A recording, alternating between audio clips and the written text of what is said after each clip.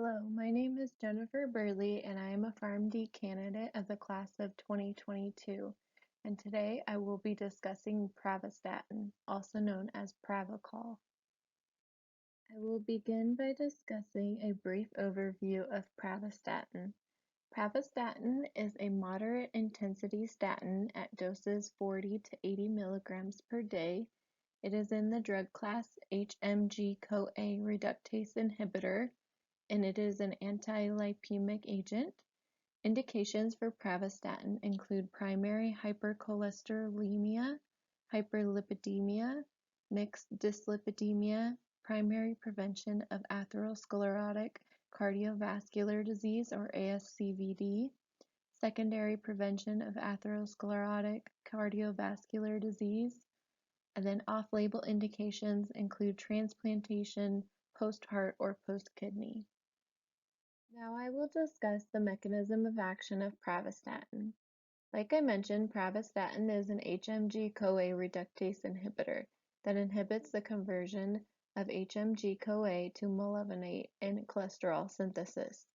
The inhibition of hmg-coa reductase activity decreases intracellular cholesterol levels. This reduction also leads to an increase in LDL receptors, improved receptor-mediated breakdown, and clearance of circulating LDL, which ultimately lowers the amount of total cholesterol in blood circulation.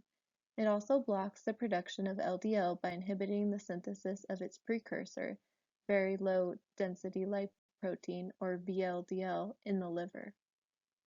Adult dosing for Pravastatin includes many indications. The first indication is primary hypercholesterolemia, which initially you would take 40 to 80 milligram tablet once daily.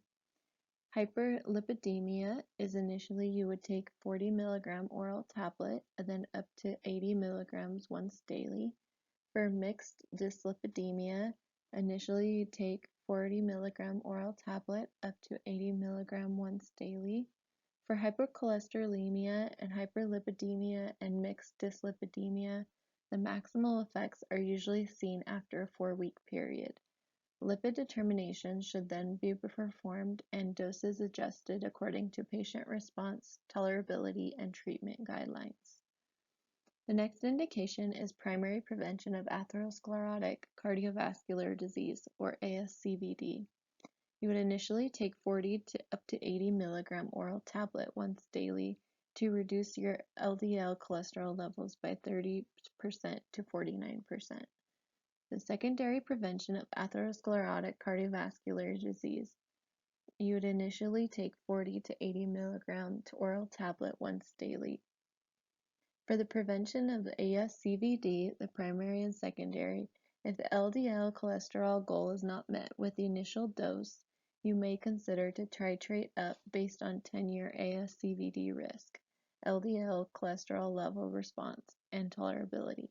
If the LDL-C goal is not met with max tolerated dose, you could consider switching from Pravastatin to a high-intensity statin, such as atorvastatin or rosuvastatin. The off-label indication for transplantation, post-heart, or post-kidney. For the adult dosing, you would initially take 20 milligram oral tablet once daily, starting 1 to 2 weeks after transplant. Then you would increase the dose based on patient response, tolerability, and any concomitant drugs up to 40 milligrams once daily. Next, I will discuss the formulations and dosing adjustments for Pravastatin. Formulations. For the generic formulation, Pravastatin is available in oral tablets 10 mg, 20 mg, 40 mg, and 80 mg. For the brand name Pravachol, it has been discontinued in the US. For the renal dose adjustments for Pravastatin, there are no renal adjustments required, but if patient has renal impairment, caution is recommended. For severe renal impairment, you would initially give 10 mg oral tablet Pravastatin once daily. Hepatic dose adjustments for Pravastatin. If a patient has active hepatic disease or unexplained persistent elevations of liver enzymes, then the use is contraindicated. And then if patient has chronic liver disease, patients start at low dose of 10 mg oral tablet Pravastatin once daily and adjust gradually the dose based on liver enzyme monitoring. Common adverse effects for Pravastatin include headache, heartburn, indigestion, gas, upset stomach, diarrhea, throwing up, feeling dizzy, nose or throat irritation, feeling weak or tired, and a cough.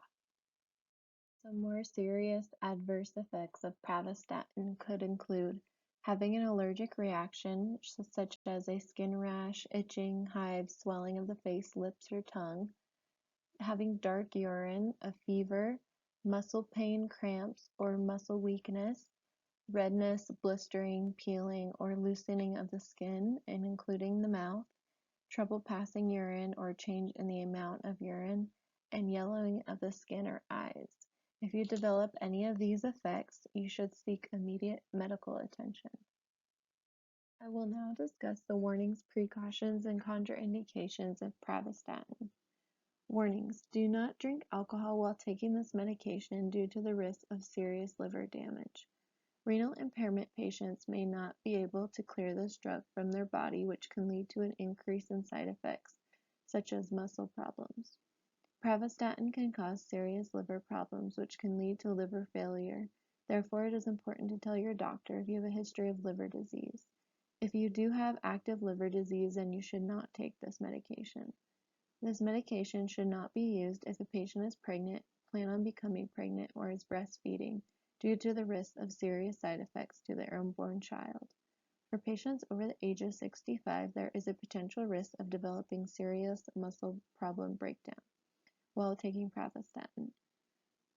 The contraindications of Pravastatin include patients with hypersensitivity or suspected reaction to any component of Pravastatin, patients with any form of active liver disease such as hepatitis, hepatic encephalopathy, jaundice, hepatic impairment, or persistently elevated liver serum transaminase levels. Pregnant or breastfeeding women should avoid this medication due to the potential risk of serious side effects to their unborn child. And finally, Pravastatin therapy requires discontinuation in patients with signs or symptoms of muscle weakness or myalgias, or suspected rhabdomyolysis, which is a serious condition of the breakdown of muscle tissue. Now I will discuss some patient education for Pravastatin. This medication may affect blood sugar levels. Therefore, if a patient has diabetes, then they should be sure to check with their doctor before changing their diet or their dose of their diabetic medication while they're taking Pravastatin. Contact your doctor immediately if a pregnancy occurs while taking Pravastatin, because there is a potential for serious side effects to the unborn child. Do not breastfeed while taking this medication. Avoid alcohol, smoking, and keep a proper exercise schedule while taking Pravastatin. This medication may cause a decrease in coenzyme Q10, therefore it is important to discuss the foods that you eat and the vitamins that you take with your doctor while you are taking Pravastatin.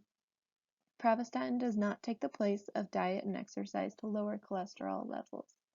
And if you miss a dose of Pravastatin, take the dose as soon as you remember. Unless it is close to your regularly scheduled dose, then just take one dose. Do not double or take extra doses of Pravastatin. Now I will discuss monitoring parameters for Pravastatin. These include a lipid panel, such as total cholesterol, HDL, LDL, and triglycerides. The lipid profile could be fasting or non-fasting and should be initiated before giving treatment of Pravastatin. A fasting lipid profile should also be rechecked every 4 to 12 weeks after starting therapy with Pravastatin and every 3 to 12 months thereafter. If 2 consecutive LDL levels are less than 40 milligrams per deciliter, you should consider decreasing the dose of Pravastatin. The hepatic transaminase levels should also be monitored while initiating Pravastatin. You should measure hepatic transaminase levels such as AST, ALT, total bilirubin, and alkaline phosphatase at baseline. If a patient develops symptoms such as unusual fatigue or weakness, loss of appetite, abdominal pain, dark-colored urine, or yellowing of the skin or eyes during therapy of Pravastatin, then it should be stopped. Another monitoring parameter includes creatine phosphokinase, or CPK. And then you measure in any patient with symptoms of myopathy or muscle weakness or pain, including tenderness, stiffness, cramping, or even generalized fatigue. These are my references. Thank you for listening to my presentation.